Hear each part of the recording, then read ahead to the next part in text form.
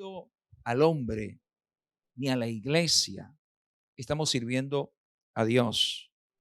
Y evidentemente que cuando uno está en la iglesia va a servir a los hermanos, va a servir al pastor, el pastor también le sirve a la iglesia. Entonces, siervo significa servicio, significa estar dispuesto a servir a Dios en lo que Dios me mande a hacer. Puede ser que le sirva a Dios limpiando, cantando, evangelizando, predicando. Yo estoy dando una serie de enseñanzas en la radio que, que se titula Abordando el púlpito.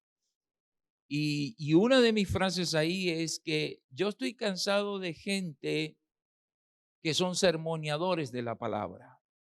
Sermoneador de la palabra significa aquel que da la palabra, pero que solamente está sermoneando la palabra. Y debemos ser predicadores de la palabra, portadores del evangelio. Entonces, Pablo dice que es un siervo, y un siervo es aquel que se pone al servicio, en este caso Pablo, de Dios. Preguntémonos, ¿estoy sirviendo a Dios? Servir a Dios no es solamente predicar la palabra, servir a Dios es en todos los aspectos. Yo puedo servirle a Dios en infinidad de cosas que hay que hacer para Dios. Por decir un ejemplo, para evangelizar no se necesita un título. Me gustó alguien que dijo en estos días ya, personas que son ancianas en el evangelio, pero me encantó lo que dijo esta persona. Dijo, se acabó el cargo, pero no la carga. Y esa frase me impactó, porque hay personas en las iglesias que mientras tienen un cargo sirven, pero cuando se les acaba el cargo ya no quieren servir.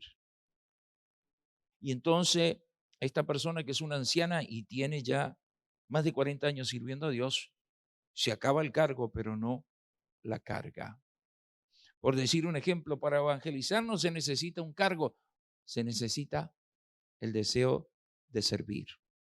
Entonces Pablo dice aquí, Pablo, siervo de Jesucristo, llamado a ser apóstol, apartado para el evangelio de Dios. El apóstol es aquel que establece iglesia. Nosotros no manejamos ese término, pero podríamos decir que apóstol es el misionero. El misionero es aquel que va a un país con una carga, con una visión y empieza a predicar el evangelio y empieza a establecer iglesias. Del mismo ministerio van saliendo hombres que sienten carga por predicar el evangelio y ganar alma y empiezan a establecer iglesia. Entonces, Pablo dice que es siervo y apóstol de Jesucristo. ¿Para qué? Para el evangelio. Es decir, usted sabe que evangelio significa las buenas nuevas de salvación. Nosotros, diga nosotros. No, dígalo más fuerte. Nosotros, más fuerte, nosotros debemos de compartir el evangelio, no de quedarnos con el evangelio. Yo decía en estos días en la radio de 15 cosas que debería de hacer uno durante el día, es que por lo menos debería de contactar a 3 personas en el día y compartir el evangelio. Eso es lo que debemos de hacer, compartir el evangelio, no de quedarnos con el evangelio. Entonces, el 2, ¿está ahí? Que él había prometido antes por sus profetas en las Santas Escrituras. Es decir, desde el Antiguo Testamento está anunciado el advenimiento de Jesucristo y que por los profetas estaba anunciado que Jesús se iba a manifestar y que también tenía un remanente. ¿Cuál es ese remanente? Es el pueblo de Dios. Hay personas que están confundidas y lo hemos dicho muchas veces y lo diremos hasta el cansancio. No todos son hijos de Dios, todos somos creación de Dios. Sí, todos somos creación de Dios. Hijos de Dios son los que se arrepienten y los que se convierten y los que se bautizan y aquellos que son sellados con el Espíritu Santo. Esos son los hijos de Dios. Los hijos de Dios son los que son apartados. Por eso Pablo fue apartado para la comunicación del evangelio. No es que la iglesia cambia, el que cambia a las personas se llama Jesucristo. Necesito estar en la iglesia porque en la iglesia es donde yo recibo la instrucción para compartir el evangelio. ¿Cuántos dan gloria a Dios? Amén. Dale una alabanza fuerte a Jesús. Entonces mire lo que dice el verso 3. Acerca de su Hijo, nuestro Señor Jesucristo. Es decir, cuando Él está hablando en este pasaje aquí, evidentemente que a veces las personas se confunden. Pero dice de su Hijo, nuestro Señor Jesucristo. Lo que la gente a veces no puede llegar a comprender no es que el Padre mandó al Hijo, sino que el mismo Dios se manifestó en carne. Ahora, cuando nosotros miramos eso, y Pablo dice ahí acerca de su Hijo, nuestro Señor Jesucristo. Es decir, ¿quién es nuestro Salvador y a quién servimos nosotros? Nuestro Salvador se llama Jesucristo y somos siervos de Jesucristo. Cuando tengo bien claro eso, entonces me doy cuenta que soy un servidor de mi Señor. Que lo que voy a hacer dentro y fuera de la iglesia es para mi Señor. Que si Él me eligió para hacer lo mínimo que pueda hacer para Él, lo voy a hacer con excelencia. Hay una historia de un monje, no me acuerdo ahora cómo se llamaba ese monje, pero ese monje lavaba platos, pero estaba lleno del Espíritu Santo. Y venían gente de muchas partes a pedirle consejo. Y entonces muchos se hacen la pregunta, ¿cómo una persona, un monje, que solamente lavaba platos, podía tener tanta sabiduría? Y venían reyes, venían personas muy importantes a pedirle consejo.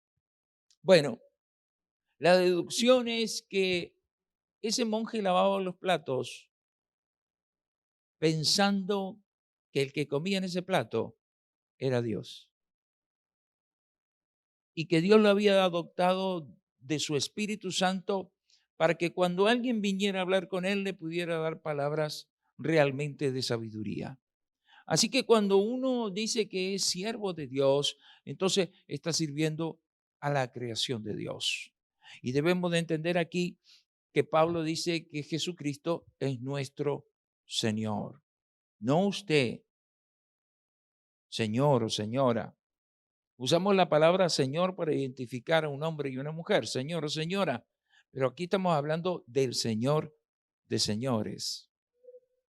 Y lo que nos debemos hacer la pregunta es si Jesucristo es nuestro Señor. Si realmente Jesucristo nos manda, nos controla.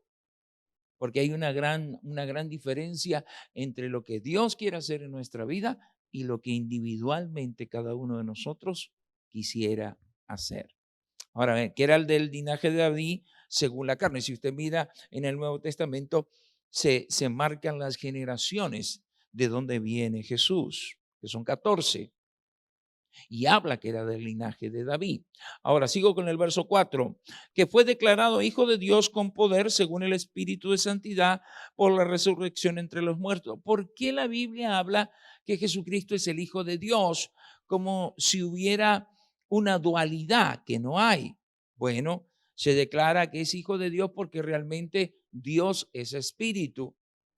Usted mira en Génesis capítulo 1, versículo 2 y dice que el Espíritu de Dios se movía sobre la faz de las aguas. Quiere decir que Dios es espíritu. Como un espíritu no se puede ver, como el espíritu es intangible y no es visible a la vista humana, se le declara como hijo de Dios porque ese espíritu se formó un cuerpo, el cual es Jesucristo. Amén. Ahora, dice que fue declarado hijo de Dios con poder según el Espíritu de Santidad. Recuérdese que la Biblia dice en Mateo que el Espíritu de Dios vino y se depositó, se incorporó en el vientre de María. ¿Por qué el Espíritu de Santidad o por qué decimos que Jesucristo es el que perdona pecados? No hay nadie que pueda perdonar pecados en este mundo excepto Jesucristo. El Espíritu de Santidad, ¿por qué? Porque Dios no tiene pecado. Entonces, cuando Dios se manifiesta en el cuerpo de María y se gesta sobre 9 meses y nace Jesús, Jesús cuando va a la cruz y derrama su sangre es cuando nosotros tenemos la redención, el perdón de nuestros pecados, porque Dios no tiene pecado y la sangre de Jesucristo tampoco tiene pecado. Y esto es lo maravilloso.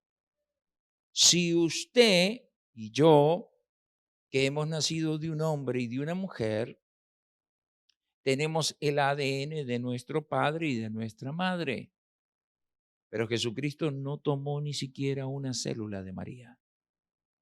La sangre de Jesucristo es tan pura porque es Dios manifestado en carne.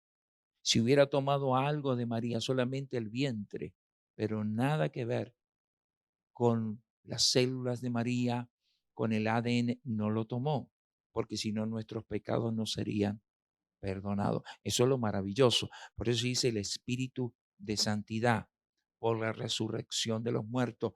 Jesucristo es la prueba de que hay resurrección.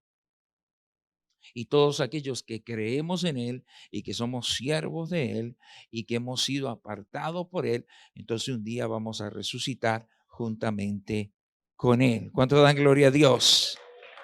¿Cuánto dan gloria a Dios? Y entonces el 5 dice, y por quien recibimos la gracia es ese favor que no merecíamos, por decir un ejemplo.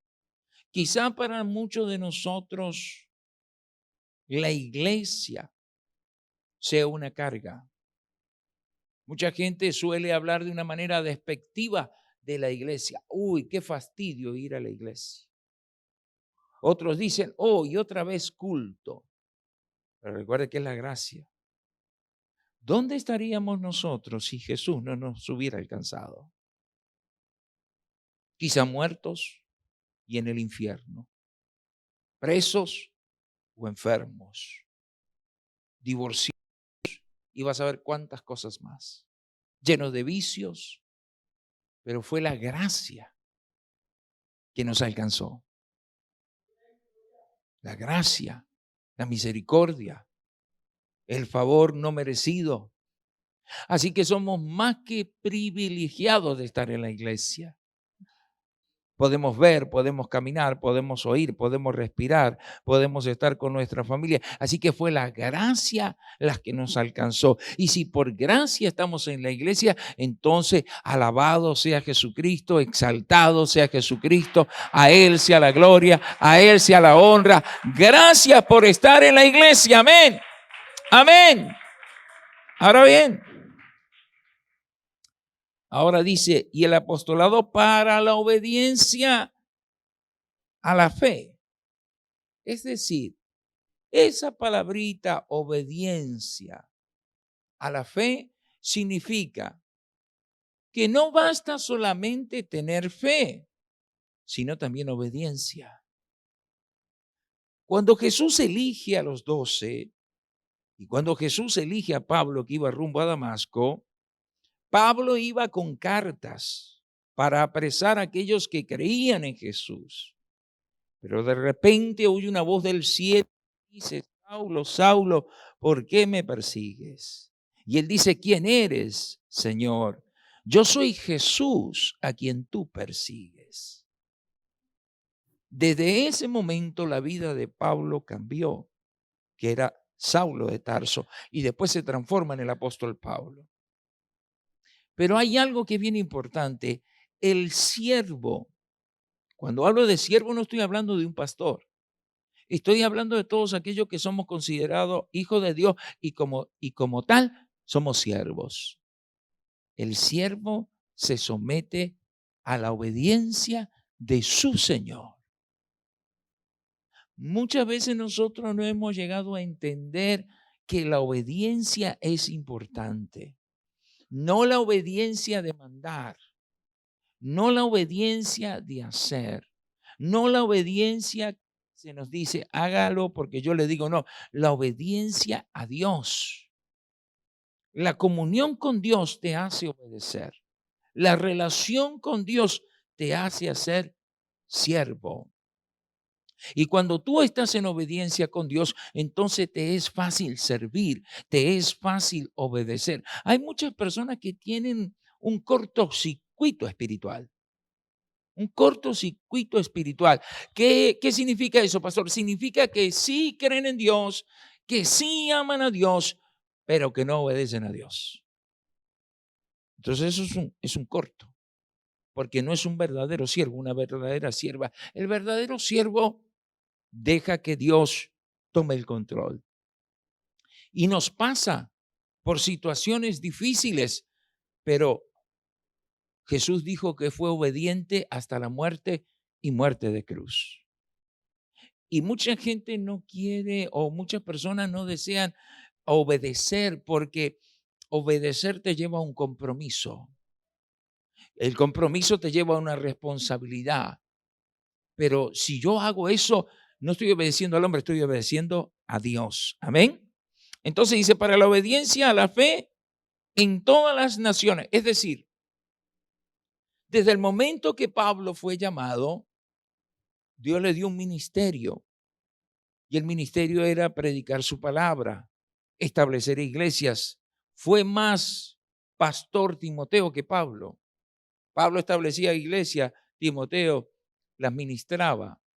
Ahora, todos hemos sido llamados a la casa de Dios con un propósito de siervo, un propósito de servicio, un propósito de obediencia. Y a veces, hermano, nos cuesta mucho entender esto y entonces confronta con nuestra propia vida. No, yo no voy a obedecer al hombre, dice la gente. No, yo no voy a obedecer lo que dice el pastor. Yo no voy a obedecer lo que me están predicando, pero estoy en un contraste con lo que Dios me dice. Uno de los serios problemas que tiene esta sociedad y que tiene el hombre de que Dios lo creó es la obediencia. Le doy un ejemplo. Adán y Eva no fueron concebidos en pecado como nosotros. Adán y Eva los creó Dios. Adán lo hizo del polvo de la tierra y a Eva lo sacó de la costilla. Dios creó a Adán y Eva. No tenían pecado, no conocían pecado, estaban desnudos en el huerto del Edén. Dios creó toda la atmósfera para que ellos vivieran ahí y se reprodujeran. Pero les dio solamente un commandment, un mandamiento. Solamente les dijo que no comieran del árbol que está en el centro del huerto. ¿Y qué fue lo que hicieron? Fueron y comieron. Eso se llama desobediencia. Entonces, esa desobediencia implicó que Adán y Eva no solamente murieran, sino que fueran expulsados del huerto. ¿Qué tipifica eso? Bueno, tipifica que si nosotros no entendemos cómo funciona el ser siervo y la palabra de Dios, entonces yo no puedo aspirar el cielo. Yo viviré en la tierra, pero después de muerto no puedo heredar el cielo. ¿Por qué? Porque la obediencia es importante. La obediencia a Dios.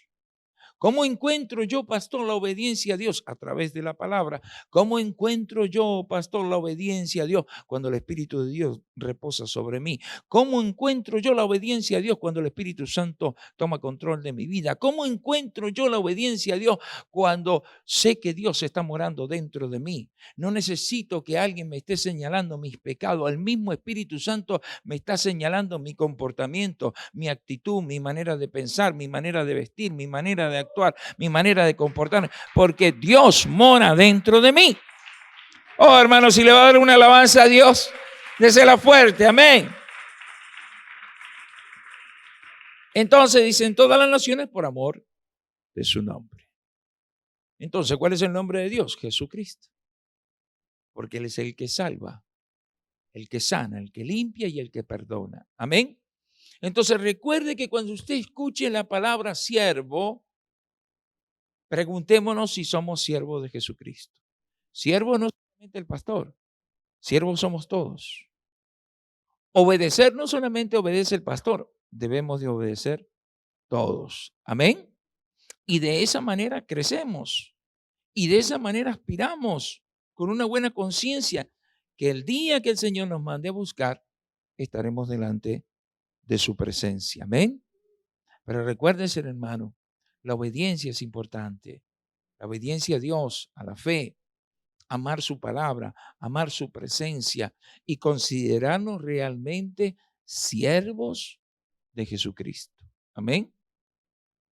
Aquel hombre, aquella mujer que ama hacer las cosas para Dios, que no le pesa, que no es carga, que realmente está dispuesto a hacer la voluntad del que lo está llamando. Jesús dijo, si alguien te pide una milla, llévala dos. Amén. De esa manera nosotros dejamos que Dios tome el control sobre nuestra vida. Amén. Así que en esta hora, en esta semana, en este año, en este tiempo, pregúntese, bueno, ¿realmente yo soy siervo de Dios? ¿Qué estoy dispuesto yo a hacer para Dios? Lo que Dios quiera que haga, bueno, quizás no es que Dios te va a llamar a predicar, pero Dios te va a llevar a hacer cosas para Él. Por decir un ejemplo, a nosotros nos duele ver a la gente que está perdida, pero ¿qué estamos haciendo? Estoy evangelizando. ¿Cuántas personas evangelicé la semana que pasó? ¿Cuántas personas voy a evangelizar esta semana? Estoy orando por aquellos que están perdidos. Realmente, si no tenemos carga, tenemos que pedirle a Dios que ponga carga. Carga sobre nuestro espíritu, carga sobre nuestro corazón, sobre nuestras rodillas, para orar por aquellos que no oran e interceder por aquellos que no interceden e ir a buscar a aquellos que necesitan salvación. Amén. Amén. Bueno, le doy un ejemplo. Ya llevo 2 semanas queriendo formar ese grupo. Entonces, debemos de pedirle a Dios que nos ponga carga. Creo que a veces las personas no entienden que dejé de tomar, dejé de fumar, dejé de maldecir, dejé de ir al baile, dejé de ir al cine, ya no me he visto de aquella manera y gloria a Dios por eso. Pero cuando no tengo carga, tengo un problema, porque Dios tiene carga por esta humanidad. Por eso Jesucristo no ha venido. Hay cristianos que están diciendo que Jesucristo venga. Mejor ni ore así, porque ni siquiera los cristianos sabemos si se van a salvar todavía. Porque hay que estar bien con Dios. Y si Jesucristo no ha venido, hermano, es porque si Jesucristo viene en este momento, hay mucha gente que se va a quedar afuera. Entonces Jesucristo está extendiendo el tiempo para darle la oportunidad a las personas que se arrepientan y se conviertan. Y aquel que no está bien convertido, que realmente pueda convertirse a Dios.